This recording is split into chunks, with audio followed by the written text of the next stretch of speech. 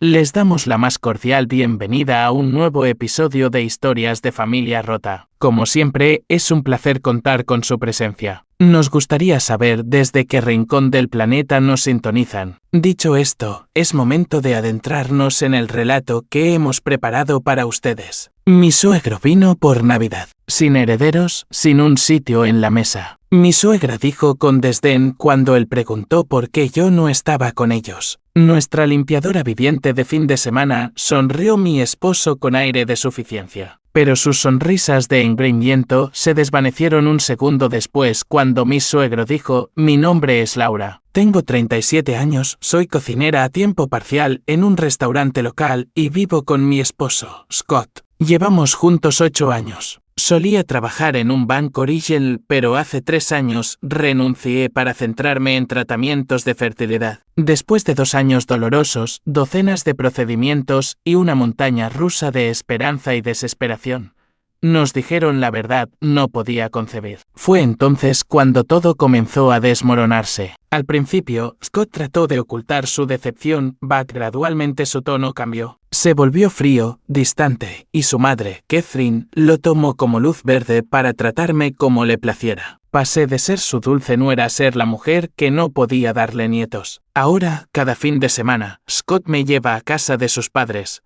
No de visita, sino a trabajar. Limpio, friego, cocino y sirvo, mientras ellos dos se sientan y charlan sobre películas antiguas o política. No me piden que me siente con ellos. No me dan las gracias. Se espera de mí. Esta Navidad no fue diferente. Cuando Scott y yo llegamos a casa de Catherine, noté que la entrada había sido recién paleada. Eso significaba una cosa: Martin, el padre de Scott, estaba en casa. Martin había estado trabajando en el extranjero durante varios años y rara vez nos visitaba. Lo había visto solo un puñado de veces. Era un hombre tranquilo y considerado. No estaba segura de lo que pensaba de mí, pero sospechaba que no sabía casi nada. Catherine siempre hablaba por encima de mí cuando él estaba cerca y Scott nunca me defendía. Pasé la mañana preparando la cena sola mientras los tres hablaban en la sala. El asado estaba en el horno, la mesa puesta. 3 platos, 3 copas de vino. Ninguna para mí. La voz de Martin resonó por el pasillo. Laura, ¿no te unes a nosotros para cenar? Me asomé por la esquina con una sonrisa educada. Comeré más tarde. Todavía tengo platos y... No se une, interrumpió Catherine. Lo tenemos todo sistematizado. Prefiere mantenerse ocupada. Scott se rió entre dientes. Además, solo somos nosotros 3. Menos lío así. Martin frunció el ceño. ¿Por qué solo 3? Ella cocinó todo esto. Catherine sorbió su vino. Una nuera que no puede darte nietos al menos debería hacerse útil.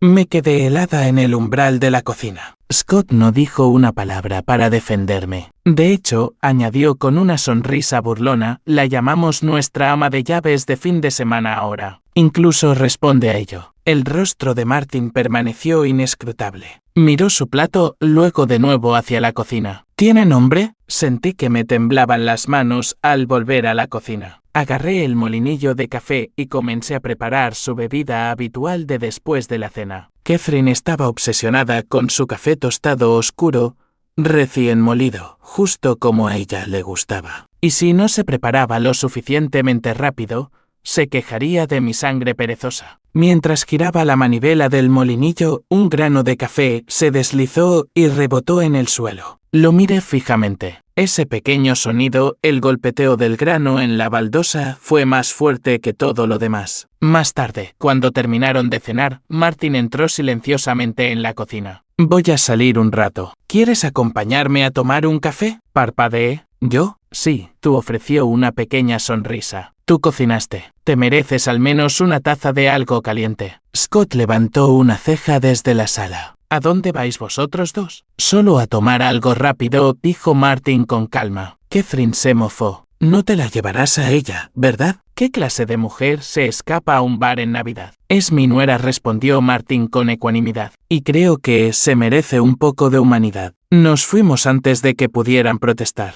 En un bar cercano, Martin pidió una cerveza y yo un whisky con soda. Era un lugar tranquilo, música suave, unos pocos clientes dispersos. Por primera vez en años, me sentí como una persona. Hablamos, o más bien, hablé yo. Le conté sobre los tratamientos de fertilidad, el dolor, la vergüenza, el momento en que el médico nos dijo que nunca sucedería. Le conté cómo cambió Scott, cómo Catherine me trataba como a un mueble, cómo redujeron mi asignación de $1,000 a $500 culpándome por ya no necesitar apoyo para la fertilidad, cómo no se me permitía trabajar a tiempo completo y los trabajos a tiempo parcial apenas se toleraban. Martin escuchó en silencio. No interrumpió, no excusó su comportamiento. Simplemente escuchó. «Sabes», dijo después de un largo silencio, «Catherine nunca fue así antes. Controladora, sí, pero cruel. No, no hasta que nació Scott. Entonces algo cambió en ella. Se volvió autoritaria, posesiva. Me quedé por el chico, pero me fui en el momento en que él se mudó. Lo miré. ¿Te fuiste por ella? Sí. Y ahora veo que no ha cambiado. Solo ha redirigido su crueldad». Levantó su copa. «Por la libertad y por mujeres como tú que merecen algo mejor». Chocamos las copas. Pero cuando volvimos a la casa, se desató la tormenta. Scott y Catherine esperaban en el vestíbulo como dos guardianes. Fuera hasta tarde. La voz de Catherine era un látigo. «Ese no es un comportamiento muy propio de una esposa». Scott tenía los brazos cruzados. «¿En serio, Laura? ¿Bebiendo con mi padre? ¿Qué tipo de relación es esta?» Se me revolvió el estómago. «¿Qué estás insinuando?», pregunté en voz baja. «Dímelo tú, Siseo, Catherine. No puedes darnos un hijo, pero todavía tienes energía para un whisky con mi marido». Martin dio un paso adelante. «Basta». Su voz resonó por la casa como un trueno. Todos se quedaron helados. «Catherine, Scott, sentaos. Vamos a tener una charla». Nadie se movió. El rostro de Martin estaba serio ahora. Obedecieron. Yo los seguí sin saber qué estaba a punto de suceder. Pero algo me decía que esta Navidad estaba lejos de terminar y que todo estaba a punto de cambiar. El silencio en la sala era denso, como el que precede a una tormenta. Martin estaba de pie en el centro, sin hablar, con las manos entrelazadas a la espalda. Catherine estaba sentada rígidamente en el borde del sofá, fulminando con la mirada. Scott se movía inquieto a su lado, sus ojos rebotando entre sus padres y el suelo como un niño sorprendido copiando en un examen. Yo me senté en un rincón, insegura de si todavía era una invitada, una prisionera o algo intermedio. La voz de Martin finalmente rompió la tensión. «Catherine, Scott, voy a hacer algunas preguntas y quiero respuestas honestas, sin juegos, sin sarcasmo». Catherine levantó una ceja. «¿Y si no me apetece responder? Entonces responderé por ti», replicó Martin, tranquilo pero cortante. «Empezando por esto, ¿por qué Laura, vuestra nuera, cocina vuestra cena de Navidad, limpia vuestra casa y ni siquiera tiene un sitio en la mesa?» «Porque le gusta ser útil», dijo Catherine secamente. «No es que esté muy ocupada criando niños». Se me cortó la respiración. Scott murmuró, «Mamá». Martin se volvió hacia mí. «Laura, ¿cuánto dinero te da Scott cada mes?» Dudé, sintiendo un calor subir por mi cuello. Empezó con 1,000 después de que dejé el trabajo para el tratamiento. Pero cuando eso se detuvo, cuando descubrimos que no podía quedarme embarazada, bajó a 800, luego a 600. Ahora son 500. Martin parpadeó. ¿$500 en total? Sí, dije. Se supone que eso cubre comida, transporte, ropa y todo lo demás. Catherine puso los ojos en blanco. No tiene gastos reales, sin hijos, sin desplazamientos al trabajo. Puede arreglárselas. Martin miró a Scott. ¿Crees que eso es aceptable? Scott se cruzó de brazos. No nadamos en dinero, papá. Hemos tenido reveses financieros. ¿Qué reveses? Dudo. Solo cosas normales. Reparaciones del coche, subida de las facturas. Yo pago la hipoteca de esta casa, intervino Martin. Entonces, ¿qué está vaciando vuestra cuenta bancaria? Los ojos de Catherine se entrecerraron. Esto no es asunto tuyo. Ahí es donde te equivocas, dijo Martin. Se convirtió en mi asunto en el momento en que empezasteis a tratar a Laura como a una criada. Y en el momento en que involucraste a Scott en algo que claramente no es normal. Scott finalmente soltó, es la deuda de mamá. ¿Vale? La habitación se quedó en silencio. Me volví lentamente hacia él. ¿Qué deuda? Parecía avergonzado. Hizo algunas inversiones en bolsa cuando dejamos el tratamiento. Se suponía que era a corto plazo. Ganancias rápidas. Catherine interrumpió, todo el mundo hablaba de esa empresa de biotecnología. Era una apuesta segura. Y luego se hundió, terminó Martin por ella. Ella se mordió el labio. No fuimos los únicos que perdimos dinero. ¿Cuánto perdiste?, preguntó Martin, sabiendo ya que la respuesta no sería pequeña. Scott exhaló. 50.000. Me sentí mareada. ¿$50.000? Catherine espetó. No te hagas la sorprendida. Estábamos tratando de construir algo para la familia. ¿Qué familia?, dije, mi voz más alta de lo que esperaba. Nunca me trataste como parte de una. Martin negó con la cabeza. No me lo dijiste. No se lo dijiste a Laura, pero tomaste el dinero y seguiste gastando como si nada. La mandíbula de Catherine se tensó. No era su dinero, eran ahorros familiares. Dinero que yo gané. Martin explotó. Ahorros por los que yo trabajé con la esperanza de que ayudaran a nuestro hijo y a su esposa. Quizás para una entrada o el futuro de un niño. En cambio, lo apostaste y luego usaste a Laura como válvula de escape. Catherine se levantó temblando. Cometí un error, Martin. No, dijo él fríamente. Cometiste docenas. Y se pone peor, ¿no es así? Scott estaba callado. ¿Usó tu nombre, verdad?, preguntó Martin. Eres el coabal. Scott asintió lentamente. ¿Y por eso recortaste la asignación de Laura? ¿Para desviar dinero a los pagos? No respondió. Dilo, exigió Martin. Scott murmuró. Sí. Necesitábamos hacer los pagos mínimos. Me sentí enferma. Redujiste mi ayuda no porque tuviéramos problemas, sino para pagar en secreto la pérdida de inversión de tu madre. Es mi mamá, dijo Scott, impotente. Necesitaba ayuda. Soy tu esposa, repliqué. Y yo necesitaba respeto. Martin se giró bruscamente y salió de la habitación. Lo seguimos escaleras arriba. ¿A dónde vas?, gritó Catherine. A ver qué más escondes. Llegó al vestidor y abrió las puertas de par en par. La vista me dejó sin aliento. Filas de bolsos de diseñador, cajas con etiquetas de Louis Vuitton, Chanel, Prada, cajones de joyas llenos de accesorios de oro y piedras preciosas. Martin abrió uno y sacó un collar, incrustado de diamantes, pesado, real. Todo esto es reciente, dijo. Dijiste que estabas trabajando en un supermercado para pagar la deuda. Dijiste que estabas arruinada. Compré eso antes de que las cosas fueran mal, insistió Catherine. Martin cogió un recibo. Esto tiene fecha de hace 3 semanas. Ella palideció. Scott se volvió hacia ella. Me dijiste que habías dejado de gastar. Necesitaba algo que me hiciera sentir normal, gritó. Todo se estaba desmoronando. Martin dejó caer el collar de nuevo en el cajón. He terminado. No, Martin, por favor. Humillaste a Laura. Le mentiste a tu propio hijo. Robaste nuestro futuro. He terminado de fingir que somos una familia. No puedes simplemente irte, gritó Catherine. Ni siquiera tienes a dónde ir.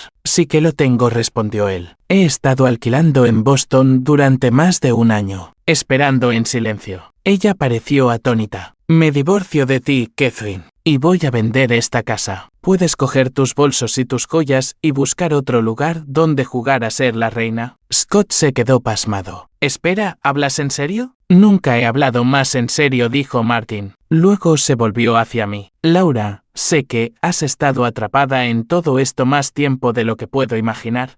Por eso he traído esto. Metió la mano en el bolsillo de su abrigo y sacó un sobre manila. Me lo entregó. Papeles de divorcio, dijo simplemente. Para ti, Scott, si tú también quieres salir. No hablé. Solo me quedé mirando el sobre en mis manos. Martin me miró con dulzura, sin presiones. Pero te mereces una vida, no una sentencia de prisión. Scott no dijo nada. Tenía los puños apretados, el rostro pálido. No sabía qué decidiría, pero por primera vez en años tenía una opción y eso lo cambió todo. Me quedé despierta toda la noche. El sobre manila que Martin me entregó se posaba sobre la mesa de la cocina como una pregunta cargada de consecuencias. Divorcio. Después de todos los años que invertí, todo el dolor que tragué, todo el silencio que soporté. ¿Era esa la respuesta? No lloré. No esta vez. Preparé una taza de café solo y me senté a mirar por la ventana cubierta de escarcha. Las luces de Navidad parpadeaban en las casas vecinas. Detrás de mí, el eco de la voz de Scott, el asco en el tono de Catherine, el tintineo de los cubiertos en la porcelana. Todo lo que llamábamos familia resonaba en mi cráneo como adornos rotos en una caja que nadie se molestó en cerrar. A las 6 a.m. firmé. sin fanfarrias, sin drama, solo un trazo de la pluma tras otro, hasta que mi nombre estuvo en la línea de puntos. Scott bajó más tarde, desaliñado. Debió de ver el sobre porque al principio no habló. ¿De verdad vas a seguir adelante con esto?, preguntó finalmente, su voz baja. Asentí. Él desvió la mirada, con las manos en los bolsillos de su chándal. No pretendía que las cosas llegaran a este punto. Me mantuve tranquila, pero dejaste que lo hicieran. Estaba atrapado en el medio, murmuró. No, Scott, elegiste un bando. Cada vez que te quedaste en silencio, cada vez que me diste menos dinero, cada vez que tu madre me llamó inútil y no hiciste nada, elegiste. No discutió. Ya no tenía sentido. Por la tarde, Martin se había reunido con un agente inmobiliario. La casa ya estaba despertando interés. Buena ubicación, alto valor del terreno, incluso si la estructura en sí necesitaba reformas. Catherine entró en pánico. No puedes simplemente echarme, gritó en la entrada mientras Martin cargaba su coche. Tú echaste a Laura emocionalmente hace años, dijo Martin.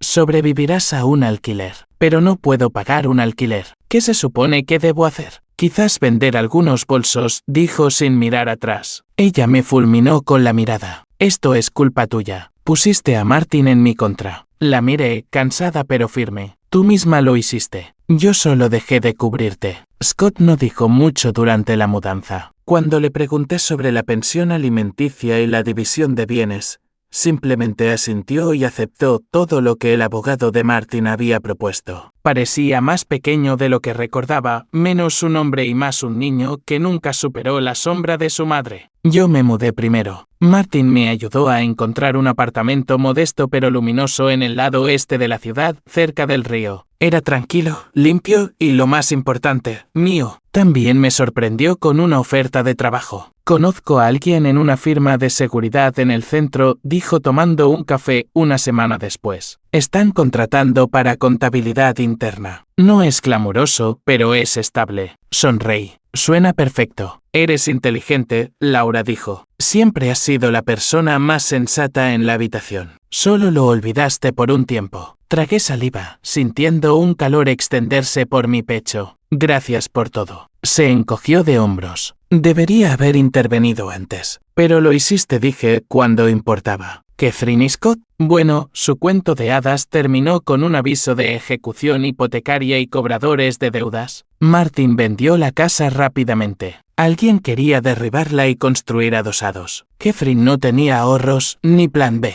Se mudó a un apartamento destartalado en una parte ruinosa de la ciudad, de esas donde las luces de Navidad cuelgan todo el año, no por alegría, sino porque nadie puede permitirse quitarlas. Ahora trabaja en turnos de día en un supermercado local y de camarera algunas noches a la semana. Scott consiguió un trabajo de fin de semana en un salón de bodas.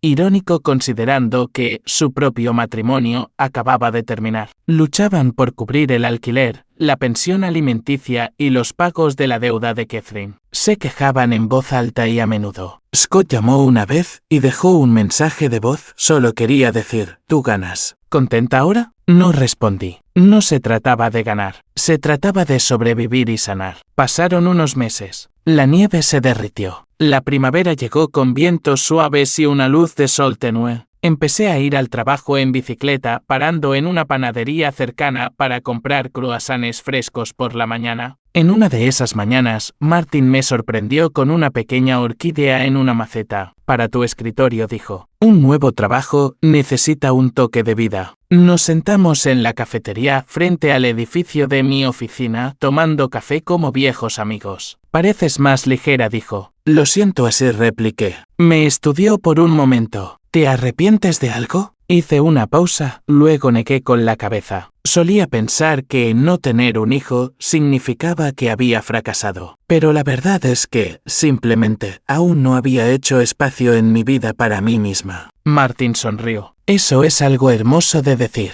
Es algo hermoso de vivir, respondí. La mañana de mi primera gran auditoría de cliente, me vestí con especial cuidado. Chaqueta azul marino, blusa color crema, el reloj de mi madre. Me recogí el pelo y me paré frente al espejo. Ya no parecía alguien que necesitaba ser salvada. Parecía alguien que finalmente se había salvado a sí misma, y eso era suficiente. Al salir a la luz del sol, susurré para nadie en particular. Esta vez, no estoy tratando de ser una esposa, ni una madre, ni una pacificadora. Solo estoy siendo yo, y eso, al fin, era más que suficiente. Gracias por acompañarme en esta aventura. Si te sentiste parte de esta historia, suscríbete para que sigamos creciendo juntos. Recuerda que cada paso cuenta en tu propio viaje. Nos vemos en la próxima parada.